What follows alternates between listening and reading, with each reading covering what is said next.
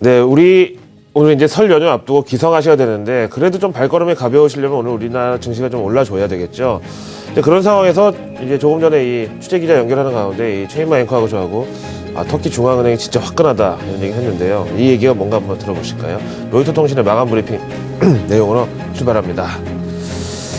터키발 서프라이즈의 미 선물이 추가 상승 중이다라고 지금 방금 전에 이 나온 내용이 올라와 있고요. 오늘 마감 브리핑은요, 사실 뭐 이머징 마켓 불안이니 뭐 연준 테이퍼에 대한 불안 등등 이런 거를 일단 극복하고 미 증시 3대 지수 모두 상승을 했다는 게 중요하고요. 근데 마감하고 나서 서프라이즈가 나오면서 미 선물이 추가 상승하고 있다. 선물 지수 한번 보실까요? S&P 선물이 0.45% 8포인트 현재 갭상승하면서 1796포인트에 가 있고요. 그다음에 나스닥 선물 같은 경우는 장중에 상승 마감을 한데도 불구하고 9포인트 역시 추가 상승하면서 3510선을 지금 가리키고 있습니다. 터키발 서프라이즈가 도대체 뭔가요? 한번 체크해 보실까요? 앞에 말씀드린 대로 최이마 앵커하고 저하고 야 진짜 화끈하다라고 얘기했던 터키 중앙은행의 보도자료 보시겠습니다. 보통 이제 소수점 두 자리를 우리가 BP로 표현하는데요. 그냥 뭐 10bp만 해도 0.1%가 큰데요. 어제 뭐 이 시간 이 자리에서 말씀을 드렸죠. 최소한 300bp 정도는 인상을 할 수 있다라고 했는데 실제 결과는 한번 보실까요? 먼저 단기 오버나잇 금리, 은행 간 거래 금리가요. 7.75에서 12%로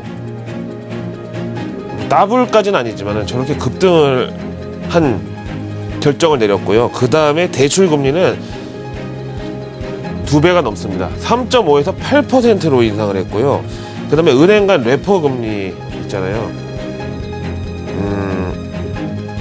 레포가 그저 뭐 리퍼체이스물 이 재매입하는 이 돼 있어서 얼마의 이 할인율을 적용하는 이게 이제 레포 금리인데 6.75에서 11.5%로 인상을 했습니다. 이 정도면은 기준 금리는 거의 한 속된 말로 더블 올린 거고요. 신흥국 위기가 사실은 우리 입장에서는 가까울 수도 있고 가깝지 않을 수도 있고 좀 심정적으로는 신경이 쓰이는데 오히려 이거를 우리가 딛고 한국 증시에는 외국인들이 좀 차별화된 이 매수세가 올 수도 있고 여러 가지 생각을 했는데 어쨌든 이 불길이라는 거는 꺼질수록 좋은 거 아니겠습니까? 지금 터키 중앙은행이 저 정도의 금리 인상이면 사실 내수 경제는 거의 지금 뭐 한번 죽었다 살아난다고 해도 과언이 아니거든요. 그럼에도 불구하고 극단적인 선택을 하면서 이번에는 우리가 털리지 않는다. 우리 형제의 나라죠. 사실 터키 같은 경우는요. 급진적인 저런 금리 인상을 발표했습니다. 터키의 리라와 환율 한번 보실까요? 이 소식 발표 이후에 달러 대비 리라와의 환율은 급락하면서 리라와 가치가 급등하고 있습니다.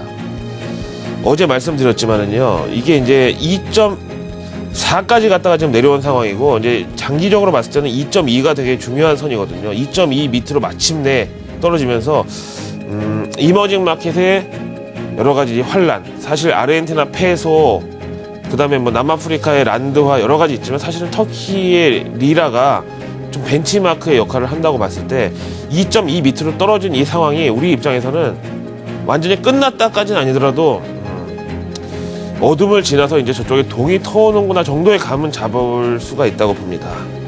터키 중앙은행의 저런 정말 이 출혈을 감수하고도 저런 조치를 내릴 수밖에 없었던 상황에 대해서 존중을 하고요. 또 IMF를 겪어본 우리 대한민국 국민의 한 사람으로서 저 정도면은 외부에서 못 덤빈다.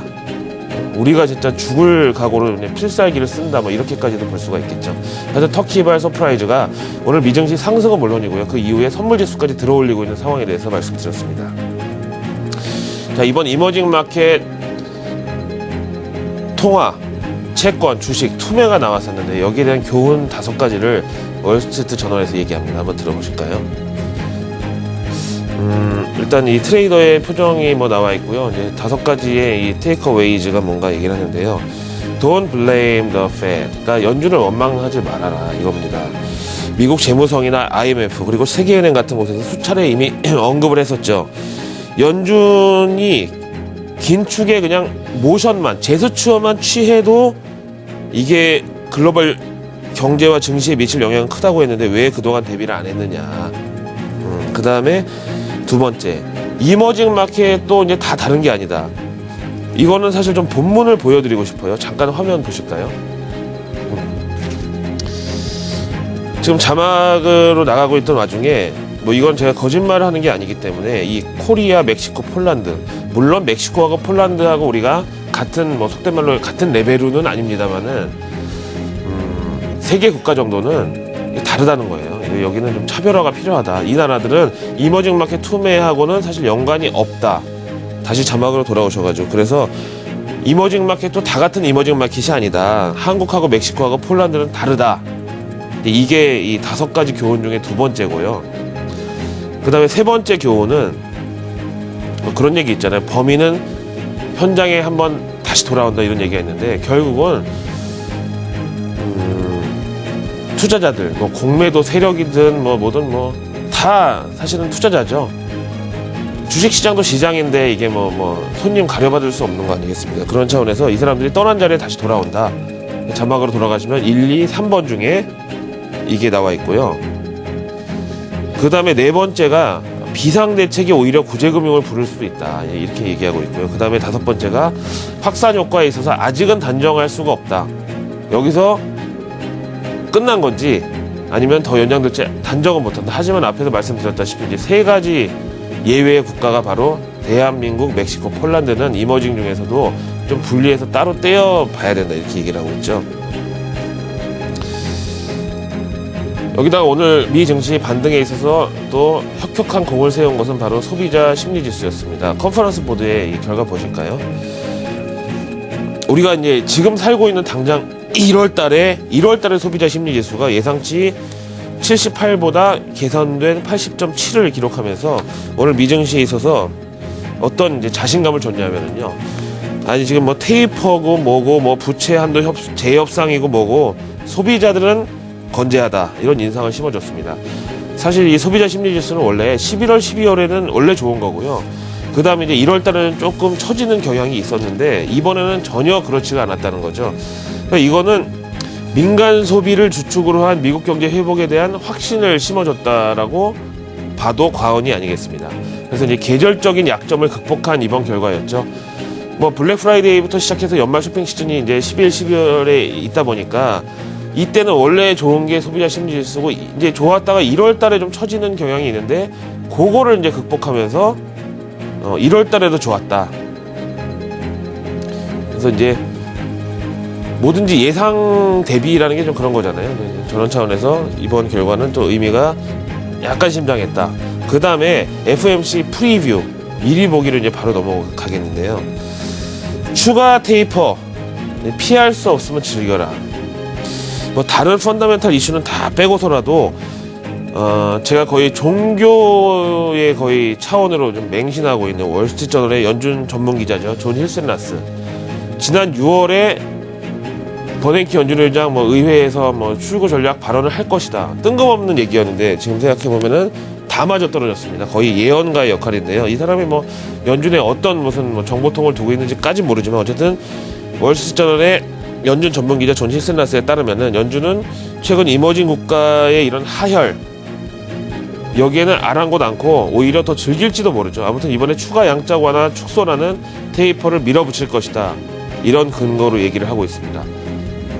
월가 금융사들 의견 한번 들어보겠습니다. 먼저 골드만삭스.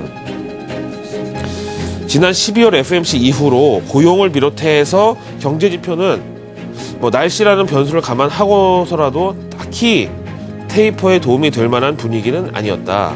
하지만 GDP상 소비와 민간 수요 증가는 분명하게 개선된 것으로 나타나고 있는 만큼 이게 이제 고용에 대한 간접적 효과, 민간 수요가 증가하고 소비가 증가하는 것은 고용에 대한 자신감이 있고 또 기업들의 매출이 늘어나면 채용을 늘리고 이런 선순환 구조가 있잖아요.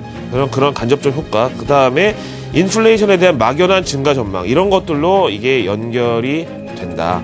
그럼 이게 테이퍼를 한다는 얘기인가요? 안 한다는 얘기인가요? 저도 잘 모르겠어요. 무슨 얘기인지는요. 그냥 있는 그대로 제가 전해드렸습니다. 다음에 모간 스탠리요. 1월 FMC는 지난 12월 FMC에서 테이퍼 결정한 거에 대한 개개인의 해석이 중요하다. 사실 원칙적으로는 테이퍼라는 이슈가 경기 개선 기대감에 대한 증거라고 해석도 가능한데, 그렇죠. 근데 이번 FMC의 최대 관전 포인트는 뭐냐면은 우리가 잊고 있었던 게 버냉키와 옐런의 바통 터치다. 근데 둘 다 비둘기파잖아요. 근데 요거를 감안할 때 테이퍼를 하든지 안 하든지 얼마든지 시장의 비둘기파적인 스탠스로 시장을 감동시켜 줄 수도 있다고 본다. 이를테면 뭐 제로금리에 대한 연장 보장 같은 멘트가 나올 수 있다. 이렇게 보는 거고요. 다음에 소시에테 제네럴 수석 경제학자 의견 들어보시죠. 이번 FMC는 우리가 항상 FMC 끝나고 나서 이제 저랑 같이 보시는 프로젝션 있잖아요. FMC 프로젝션. 그러니까 경기 전망을 내놓는 달은 아니지만은 올해 첫 회의만큼 경제 전망에 대해서 비공식적인 입장 표명은 있을 것으로 본다. 게다가 최근에 경제 지표가 일제히 개선 추세를 가리키다 보니까 실업률, GDP 가이던스 같은 거를 상향할 수 있다라는 이런 느낌만 줘도 연준이 금리 인상 시점에 대한 언급이 자연스럽게 이어질 수 있고, 이럴 경우 시장은 잠깐 고민에 빠질 것이다. 금리 인상 시점을 앞당긴다든가 테이퍼를 강화한다든가 이건 어쨌든 펀더멘탈의 강화, 펀더멘탈이 좋아진다는 걸 이제 근거로 한 거겠지만, 당장 시장에서는 돈이 제일 좋잖아요. 솔직히 유동성 랠리도 벌써 한 6년째 지속 중이고요. 그런 차원에서 펀더멘탈이 좋은 거를 더 시장에 좋게 반영해야 될지, 아니면 그걸 근거로 양적 완화 규모를 축소하는 거를 어떻게 소화해야 될지 시장의 고민이 빠진다는 말씀입니다. MSCI 한국지수 지금 준비됐나요? 한번 보시겠습니다. 사실상 설 연휴를 앞둔 마지막 MSCI 한국지수 확인하는 날인데요. 1% 오르면서 지난 금요일 한 2.3% 정도 떨어졌잖아요. 그거의 하락분은 오늘로서 만회가 됐습니다. 물론 60선까지 회복하기 전에는 외국인들의 본격적인 귀환을 얘기하기는 힘듭니다만은 58.72, 1% 상승 정도면은 감히 말씀드리지만은 이머징 마켓의 환란은 이제 어느 정도 정리가 될 것이다라는 외국인들의 투심이 여기 반영돼 있다. 게다가 어제 삼성전자 그다음에 대형주들 시총 기준으로 많이 이제 외국인들의 이제 투매를 맞았는데, 거기는 공매도도 분명히 섞여 있다는 거죠. 어제도 말씀드렸지만 이 공매도 세력은 또 나름대로 이 선수들이기 때문에 누르려고 했는데 안 눌러지면은 또 그냥 바로 팔고 나가자, 이렇게 좀 쿨하게 정리를 또 할 수도 있기 때문에, 그런 경우는 이제 우리가 쇼커버링을 등에 업고 급격한 상승을 맞이할 수도 있다. 그래서 오늘은 그동안의 디커플링이니 뭐니 이런 부정적인 전망은 다 갖다 버리고요. 미증시 상승, 특히 터키 중앙은행의 저는 아주 공격적인 대처, 이거를 등에 업고 코스피도 오늘 설 연휴 전에 해피엔딩으로 마감할 수 있다고 저는 믿고 또 말씀도 드립니다. 자, 귀성길 잘 다녀오시고요. 저는 이제 연휴 지나고 나서 다시 찾아뵙겠습니다. 고맙습니다.